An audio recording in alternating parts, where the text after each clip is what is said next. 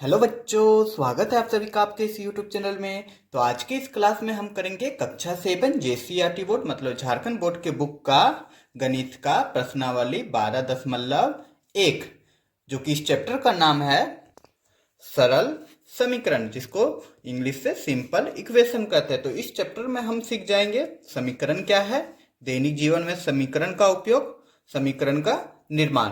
तो चलिए बच्चों शुरू करते हैं।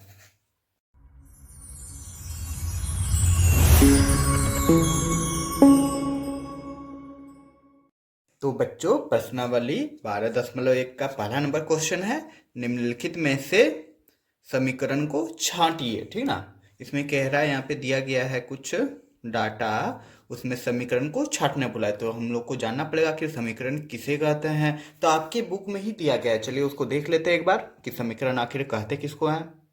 तो बच्चों आपके बुक का पेज नंबर 159 पेज में ही दिया गया है कि आखिर समीकरण किसको कहते हैं। ठीक ना, तो देखिए यहाँ पे दिया गया है कि ऐसे प्रतिबंध, ठीक ना, ऐसे प्रतिबिंब जिसके दोनों पक्ष व्यंजक का मान बराबर हो समीकरण कहलाते हैं। कहने का मतलब ऐसा डाटा या ऐसा प्रतिबंध जिसमें क्या है, व्यंजक का जो मान है वो बराबर है। व्यंजक किसे कहते हैं वो पिछले चैप्टर में ही हमने पढ़ाया था, आपने उसे नहीं देखा है तो देख सकते हैं, डिस्क्रिप्शन में सारा लिंक्स है।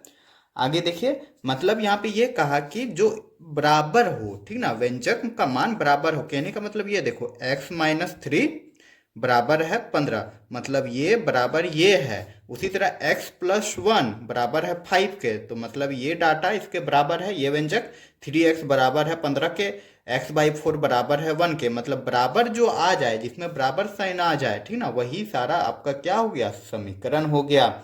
उसी प्रकार उनके प्रतिबंध को, समीकरण को देखिए, जैसे x-3 क्या है, ग्रेटर देन 15, यहाँ बराबर नहीं है, अर्थात यह समीकरण नहीं है। तो जहां पे बराबर आ जाता वही समीकरण हुआ, और जहां पे नहीं आता वह समीकरण नहीं हुआ। बस इतना ही सा है। तो चलिए अब क्वेश्चन देख लेते हैं। तो बच्चों यही है वो क्वेश्चन। तो इसमें समीकरण छांटने बोला है। तो अभी हमने जाना कि जिसमें बराबर आएगा वह समीकरण होगा, जिसमें नहीं आएगा वो समीकरण नहीं होगा। तो इसमें देखिए यहाँ जो साइन है वह लेस देन है, ठीक ना, तो ये नहीं होगा। इसमें देखो 3x-2 = 12 है, मतलब यहाँ पे इक्वल टू आ गया, बराबर आ गया, तो ये एक समीकरण होगा। यहाँ पे जो सी नंबर है इसमें भी बराबर है, मतलब ये भी एक समीकरण होगा। मतलब ये जो आपका पद है, ये दोनों को जब हम सॉल्व करेंगे तो 15 आ जाएगा, बराबर में आ जाएगा। ठीक है, डी नंबर देख रहे हैं यहाँ पे 3x > 13, तो यहाँ पे ग्रेटर देन है, तो इसके कारण यह समीकरण नहीं होगा, लेकिन ई नंबर में होगा। ठीक ना, तो चलिए अब लिख लेते हैं। तो कौन कौन सा बच्चा हो गया, आपका हो गया बी नंबर, तो हमने यहाँ पे बी नंबर लिख देना है। तो क्या हो जाएगा, 3x-2 = 12, एक समीकरण ये होगा। और फिर दूसरा आपका क्या होगा, दूसरा आपका सी नंबर हो जाएगा, तो सी भी हम लोग लिख देंगे 11-2x = 15। ठीक है, उसके बाद क्या हो जाएगा, आपका डी तो होगा नहीं, लेकिन ई हो जाएगा आपका, तो ई नंबर हम लिख देंगे p-2, ठीक है, ब्रैकेट p+1 = 4। तो यही वो 3 समीकरण है जो आपका समीकरण होगा। क्लियर, इतना लिख देंगे, हमारा आंसर हो जाएगा। चलिए अब देखते हैं इसी का क्वेश्चन नंबर 2 बच्चों। तो बच्चों क्वेश्चन नंबर 2 है कि निम्नलिखित कथनों के लिए एक चर वाला समीकरण प्राप्त कीजिए। ठीक ना, एक चर मतलब जिसमें चर पद एक हो। ठीक है, तो यहाँ पे कथन दिया गया है। तो पहला जो क्वेश्चन कह रहा है कि p के दुगने में 3 जोड़ने पर 13 प्राप्त होता है। तो चलिए बनाते, बहुत ही इजी सा क्वेश्चन है, ठीक ना, समझ जाएंगे आप क्वेश्चन तो बना लीजिएगा तुरंत ही। तो बच्चों यही रहा वो क्वेश्चन कि p के दुगने में, तो हल हमने लिख लिया। चलिए लिखते हैं जो दिया गया है। कह रहा है p के दुगने मतलब p का 2 गुना कर देना है, तो 2 से गुना कर देंगे तो 2p हो जाएगा। ठीक है, 2 गुना में 3 जोड़ने पर, इसमें क्या जोड़ेंगे हम, 3 जोड़ने पर क्या प्राप्त होगा, 3 जोड़ने पर 13 प्राप्त होगा। चलिए बन गया समीकरण, यही तो है, हो गया है ना, ये जी। तो चलिए अब दूसरा नंबर इसी का देख लेते हैं। तो क्वेश्चन नंबर 2 है इसी का बच्चों कि 2 लगातार विषम संख्याओं का योगफल 32 है, 32 है, होता है। ठीक ना, बहुत ही प्यारा सा क्वेश्चन है। ठीक है, अगर आप क्वेश्चन समझ गए तो बन जाएगा आपसे। तो चलिए इसको बनाते हैं अब। तो बच्चों यही रहा। तो मतलब कह रहा है कि विषम संख्या, तो आप लोग को पहले जानना होगा विषम संख्या किसे कहते हैं। तो विषम संख्या पता है आप लोग को बच्चों किसे कहते हैं? तो चलिए जान लेते हैं विषम संख्या, ठीक ना। यहीं पे हमने रफ किया। तो विषम संख्या वैसे संख्या को बोलते हैं जो दो से विभाज्य ना हो। याद रखिए, दो से ना कटे, ठीक ना, दो से भाग ना लगे। तो कौन सा संख्या होगा? एक हो गया। एक के बाद कौन सा होगा? हो जाएगा आपका दो। दो नहीं होगा क्योंकि दो से भाग लग जा रहा है दो में, तो वह आपका कौन सा संख्या हो जाएगा? वो आपका भाज्य संख्या हो जाएगा, तो तीन हो जाएगा। उसी तरह आपका हो जाएगा पाँच। उसी तरह अब हम जब देखने जाएंगे नेक्स्ट जो इसके पाँच के बाद आएगा वो आएगा आपका छः। तो होगा नहीं क्योंकि वह दो से कट जा रहा है, तो आपका हो जाएगा क्या? सात। तो इसी तरह से चलते रहेगा। तो विषम संख्या आपको समझ में आ गया, वे संख्या जो दो से विभाज्य हो, ठीक ना, सॉरी जो दो से विभाज्य ना हो, ठीक है। तो यहाँ पे एक गौर कीजिएगा, ठीक ना, दो लगातार मतलब लगातार संख्या आना चाहिए। जो भी हम यहाँ पे समीकरण लेंगे तो पहले अगर हम एक ले लिए तो लगातार इसका क्या होगा? तीन होगा। अगर हम तीन ले लिए तो इसका लगातार क्या हो जाएगा? पाँच हो जाएगा। अगर हम पाँच ले लिए तो लगातार सात होगा, ठीक ना। तो यहाँ एक चीज गौर कीजिए, एक के बाद क्या आया? तीन आया। इसमें हम कितना जोड़ते रहे? दो जोड़ते रहे। फिर उसी तरह तीन के बाद पाँच आया तो दो जोड़ते रहे। उसी तरह पाँच के बाद सात आया तो दो जोड़ते रहे। तो लगातार आने के लिए हम लोगों को उस संख्या में दो जोड़ना पड़ेगा। अगर हम कोई एक हम संख्या ले लिए, ठीक ना, विषम संख्या अगर हम एक ले लिए तो अगला विषम संख्या हमको चाहने के लिए उसमें दो जोड़ना पड़ेगा, ठीक है। तो आई होप ये कंसेप्ट समझ में आ गया होगा। तो चलिए अब बनाते हैं। तो माना व विषम संख्या, हमको कोई डिजिट निश्चित नहीं दिया है तो हम लिख लेंगे माना विषम संख्या। एक विषम संख्या क्या हो जाएगा? विषम संख्या हमने मान लिया हमने n, ठीक ना, कुछ भी मान सकते हैं। हमने n मान लिया। तो प्रश्न से क्या करा? दो लगातार विषम संख्या, तो हमने n लिख दिया। अब इसमें लगातार विषम संख्या मतलब इसके बाद जो विषम संख्या आएगा उसके योगफल मतलब जोड़, मतलब पहला विषम संख्या हमने n माना, फिर इसमें जोड़ेंगे क्या? दूसरा विषम संख्या। तो दूसरा विषम संख्या अभी हमने देखा क्या कि दो जोड़ देंगे तो उसका लगातार वाला विषम संख्या आ जाएगा, मतलब n में अगर हम दो जोड़ देंगे, ठीक है। तो मेरा पहला जो विषम संख्या n हो गया और दूसरा विषम संख्या लगातार वाला n+2 हो गया, ठीक है। और ये दोनों का जोड़ आपस में क्या हो जाएगा? 32 हो जाएगा। और यही हो जाएगा आंसर। यही हम लोग को निकालना था, ठीक ना। ये आंसर हो जाएगा। लेकिन चलिए इसको और थोड़ा सॉल्व कर लेते हैं। n+n तो क्या हो जाएगा? 2n है तो 2n हो जाएगा और +2 = हो जाएगा 32, ठीक ना। और यही वह समीकरण है। क्लियर? आई होप समझ में आ गया होगा।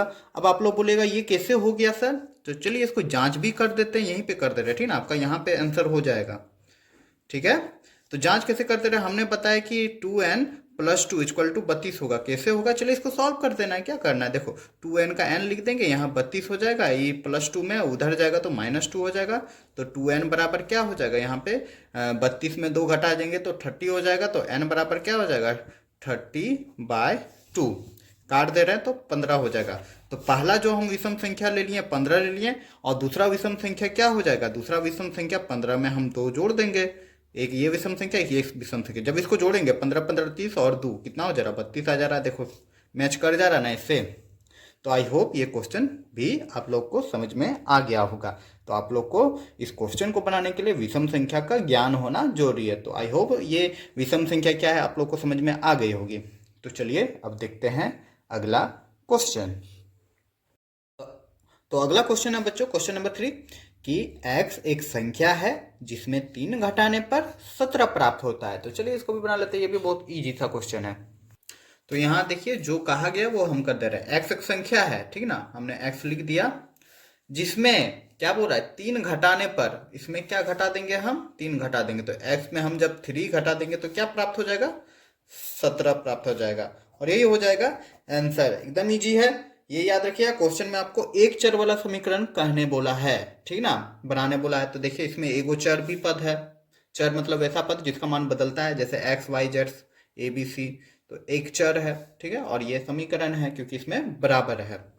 चलिए अब चौथा नंबर देख लेते हैं। तो अगला क्वेश्चन है चौथा कि एक संख्या y के दुगने में से 7 घटाने पर 13 प्राप्त होता है। तो बना लेते हैं इसको भी, ये भी इजी सा है। तो बच्चों तो क्वेश्चन में कहा है कि एक संख्या y के दुगुने, इसका दो गुना कर देंगे, मतलब गुना 2 कर देंगे, ठीक ना। y के दो गुने में, ठीक है, y के दो गुने में क्या करेंगे, 7 घटाएंगे तो हमको क्या प्राप्त होगा, 13 प्राप्त होगा। तो यही मिल गया समीकरण, लेकिन इसको अच्छा से कर लेते हैं। जब y को 2 से गुना करेंगे तो 2y हो जाएगा और -7 इक्वल टू हो जाएगा 13, और यही हो जाएगा आंसर, मतलब वही समीकरण, एक चर वाला समीकरण हो जाएगा, क्योंकि इसमें चर का पद एक ही है। तो चलिए अब देख लेते हैं इसका अगला क्वेश्चन। तो क्वेश्चन नंबर 5 है कि सलमा रूही से 5 वर्ष बड़ी है, ठीक है, तो दोनों के उम्र का योगफल 27 वर्ष है। तो इसके लिए एक चर वाला समीकरण लिखना है कि जिससे हमको सलमा रूही का उम्र पता चल जाए, ठीक ना। तो सलमा रूही से 5 वर्ष बड़ी है, तो इसको भी बना लेते हैं, जरा समझने की कोशिश कीजिएगा, क्वेश्चन समझ जाएंगे तो बन जाएगा। तो इस क्वेश्चन में हम देख रहे हैं कि सलमा जो है रूही से 5 वर्ष बड़ी है। किससे बड़ी है, रूही से। तो इस टाइप के प्रश्न जिसमें से लगा रहेगा, रूही से, ठीक ना, रूही का या इस टाइप का क्वेश्चन रहेगा, तो जिसमें से लगा रहेगा कि रूही से 5 वर्ष बड़ी है, किससे, रूही से, तो उसको हम x मान लेंगे, ठीक ना। तो हम बना लेते हैं कि माना, हमको नहीं ना पता है कितना है, माना रूही का क्या लिख लेंगे, उम्र, रूही का ही उम्र लिखना होगा, सलमा का नहीं, क्योंकि सलमा जो है रूही से 5 वर्ष बड़ी है, तो रूही का हमको उम्र निकालना पड़ेगा। तो रूही का उम्र हमने मान लिया x, ठीक है। तो अब क्या हो जाएगा समीकरण, तो देखो दोनों का उम्र का योगफल बोल रहा है, तो हम मान लिए रूही का उम्र, रूही का उम्र x है, ठीक है, और इसको जोड़ देंगे किससे, सलमा का उम्र से। सलमा का उम्र क्या है, रूही से 5 वर्ष बड़ी है, मतलब रूही का उम्र x है और इससे 5 वर्ष बड़ी है, +5 हम कर देंगे तो निकल जाएगा ना। ये उम्र आपका निकल गया किसका, सलमा का, और x जो है रूही का। तो अब क्या हो जाएगा बच्चों, अब हो जाएगा दोनों का योग हम जब करेंगे, इस सलमा का, सॉरी, रूही का उम्र और सलमा का उम्र को जब हम लोग जोड़ेंगे तो क्या प्राप्त हो जाता है, 27 हमने लिख दिया।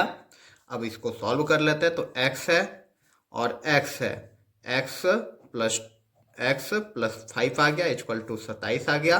अब क्या हो जाएगा, x तो हो जाएगा आपका 2x, ठीक ना, x को जोड़ेंगे तो 2x हो जाएगा, +5 हो जाएगा इक्वल टू 27, और यही आपका वह समीकरण होगा, और यही हो जाएगा आंसर। आई होप ये क्वेश्चन भी आप लोग को अच्छे से समझ में आ गया है। अगर अच्छे से समझ में आया तो लाइक करते जाएं, अगर समझ में नहीं आया तो कमेंट जरूर कीजिएगा। तो चलिए अब देखते हैं इसका अगला क्वेश्चन। तो क्वेश्चन नंबर 3 है कि निम्नलिखित समीकरण को हल कीजिए। तो यहाँ पे कुछ समीकरण दिए गए हैं, इसको हल करना है। तो चलिए इसको बनाते हैं, बहुत ही ईजी सा है। तो यही बच्चों का क्वेश्चन ए नंबर कि x - 5 बराबर 7। तो हल करना है, तो हल करेंगे तो हम लोग को x का वैल्यू निकल जाएगा, ठीक ना। तो कैसे करें जरा देखिए, ठीक ना, x है -5 इक्वल टू 7 है, तो इसको हल करते हैं। तो देखिए हमको x का वैल्यू निकालना है, तो x, ठीक है, x इक्वल टू हो जाएगा 7।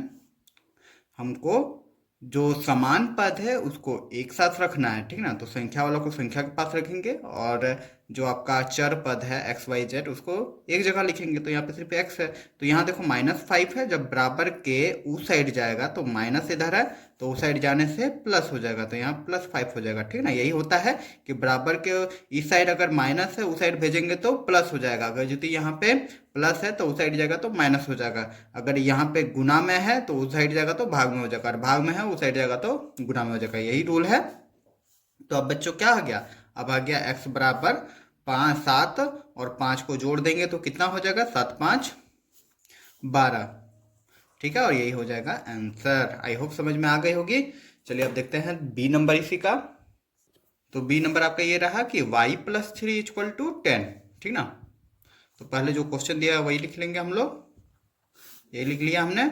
अब हमको y का वैल्यू निकालना है, तो y इक्वल टू क्या हो जाएगा, यहाँ पे बराबर के इस साइड आपका 10 है तो 10 रहने दिया। वैसे यहाँ पे हम लोग देख रहे हैं, यहाँ पे क्या है, +3 है ना, +3। जब उसको बराबर के उस साइड भेजेंगे, क्यों भेजना पड़ रहा है, क्योंकि संख्या को एक साथ रखना पड़ता है, ठीक ना। तो बराबर के साइड भेज देंगे तो -3 हो जाएगा। तो अब आपका y बराबर क्या हो जाएगा, तो 10 में जब हम 3 घटाएंगे तो कितना हो जाएगा आपका, आपका हो जाएगा 7, और यही हो जाएगा आंसर। आई होप ये क्वेश्चन भी समझ में आ गई होगी। चलिए अब देखते हैं नेक्स्ट क्वेश्चन।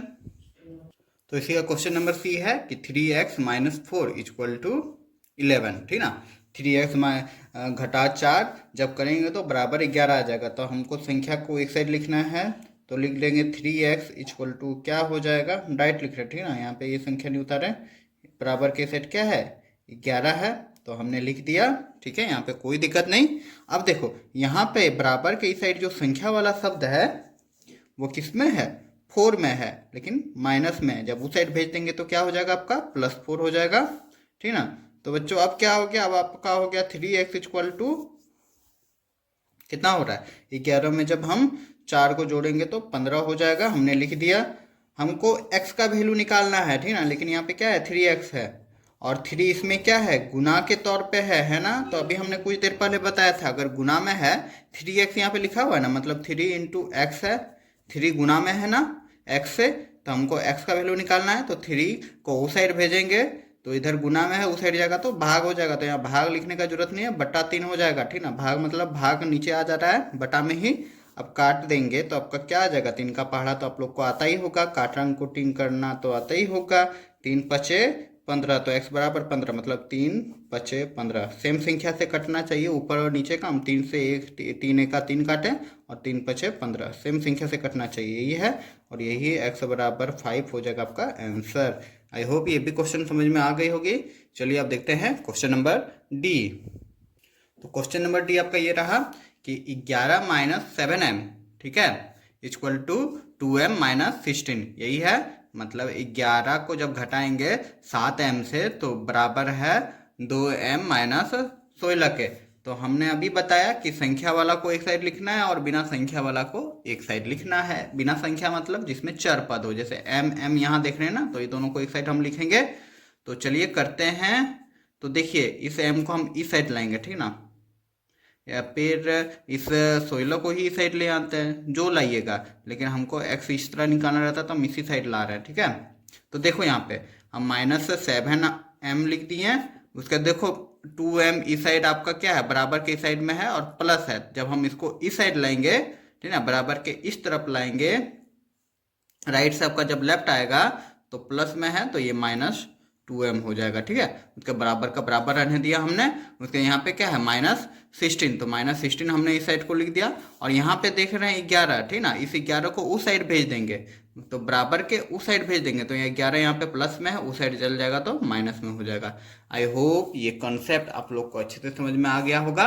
हमने क्या किया, हमने किया ये कि जो चर पद है, जो समान पद है, उसको एक साइड हमने कर दिया और नंबर वाला को एक साइड कर दिया, ठीक ना। न्यूमेरिकल जो टर्म है या पद है, तो अब हम लोग को कर देना है माइनस माइनस, हम लोग जानते हैं माइनस माइनस प्लस करना था। 7 और 2, 7m और 2m, तो कितना हो जाएगा, m दोनों में है, 7m 2m कितना हो जाएगा, 7 8 9 9m, लेकिन बड़ा वाला में माइनस चिन्ह है तो माइनस हो जाएगा, ठीक ना। ये तो आता ही होगा -7m और -2m, ठीक ना, यही करना है। तो माइनस माइनस हम लोग जानते हैं प्लस करना है, तो 7 2 कितना हो जाएगा, 7 8 9 हो जाएगा, m का m लिख देंगे, बड़ा वाला में माइनस चिन्ह है तो माइनस लिख देंगे, ठीक ना। यही चीज है, आई होप समझ में आ गई होगी ये चीज। तो अब देखिए क्या हो जाएगा बच्चों, अब आपका हो जा रहा है यहाँ पे देखो -16 को जो -11 से सॉल्व करेंगे तो क्या हो जाएगा, -16 -11, माइनस माइनस प्लस होता है। जब 16 को 11 में जोड़ेंगे तो कितना हो जाएगा, हो जाएगा आपका 27, ठीक है। और बड़ा वाला में माइनस चिन्ह लगा हुआ है, दोनों में माइनस चिन्ह लगा है तो माइनस चिन्ह हो जाएगा। अब क्या करना है, हम लोग को m का वैल्यू निकालना है, ठीक है। तो यहाँ पे देख रहे हैं, देखिए यहाँ पे भी माइनस है, यहाँ पे भी माइनस है, तो माइनस माइनस कैंसिल हो गया। उसके बाद हम m का वैल्यू निकाल लेंगे डायरेक्ट। तो यहाँ पे क्या बच गया आपका, सिर्फ 27 बच गया। यहाँ 9 आपका गुना में है, उधर जाएगा तो भाग में हो जाएगा, तो 9 हो गया। तो m बराबर क्या आ गया बच्चों, 9 का पहाड़ा तो आप लोग को आता ही होगा टेबल, तो काट दीजिए, 9 1 का 9, 9 तिया 27, तो 3 आ गया, ठीक ना, m बराबर 3 आंसर, यही हो जाएगा आपका आंसर। उम्मीद करूंगा ये क्वेश्चन भी आप लोग को अच्छे से समझ में आ गई होगी। चलिए अब देखते हैं इसी का क्वेश्चन नंबर ई।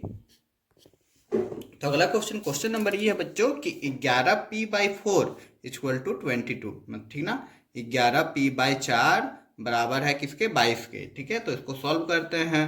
तो कुछ करना नहीं है, ये भी एकदम सिंपल सा है, ठीक ना। संख्या को एक साइड लिखना है। तो हमने क्या बताया था कि बराबर के इस साइड अगर गुना में है तो उधर जाएगा तो भाग में हो जाएगा, और इस साइड अगर भाग में है तो उधर जाएगा तो गुना में हो जाएगा। तो हम यहाँ देख रहे हैं 11p, ठीक ना।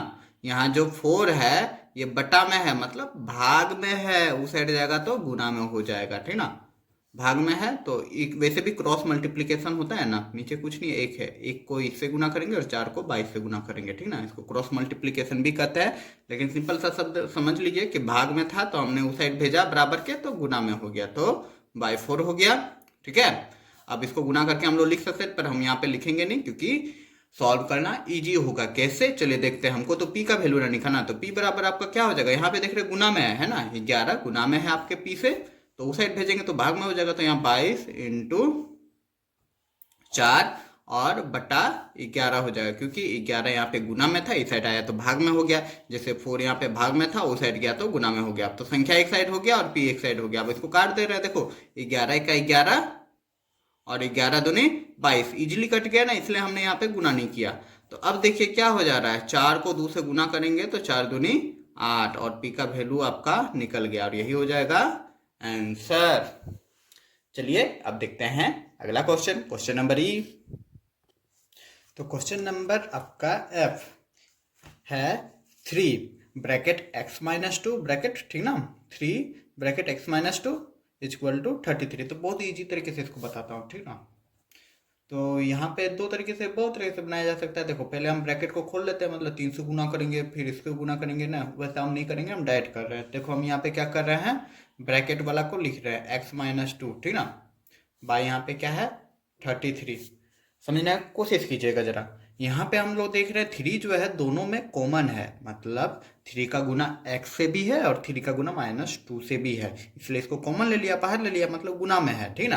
तो 3 जब गुना में है उस साइड जाएगा तो क्या हो जाएगा बच्चों, भाग में हो जाएगा, तो बटा 3 हम लोग कर देंगे। तो अब क्या आ गया आपका, ब्रैकेट का हम ब्रैकेट ही रहने दे रहे हैं, ठीक ना, तब आप लोग को अच्छा से समझ में आएगा। अब हम लोग इसके बदले हम लोग लिख सकते हैं x-2। अब यहाँ पे क्या हो जा रहा है, 11 हो रहा है ना, काट के देखो 3 का पहाड़ा 3 का 3, और यहाँ पे 11 बार में कट जाएगा 33 कट जाएगा ना। तो अब हम लोग क्या करेंगे, x बराबर लिख देंगे क्या 11, ये प्लस -2 है, उस साइड चल जाएगा तो +2 हो जाएगा। तो बच्चों अब x बराबर आपका क्या आ गया, आपका आ गया 13, और यही हो जाएगा क्या आपका आंसर। उम्मीद करूंगा कि ये क्वेश्चन भी आपको अच्छे से समझ में आ गई होगी। अगर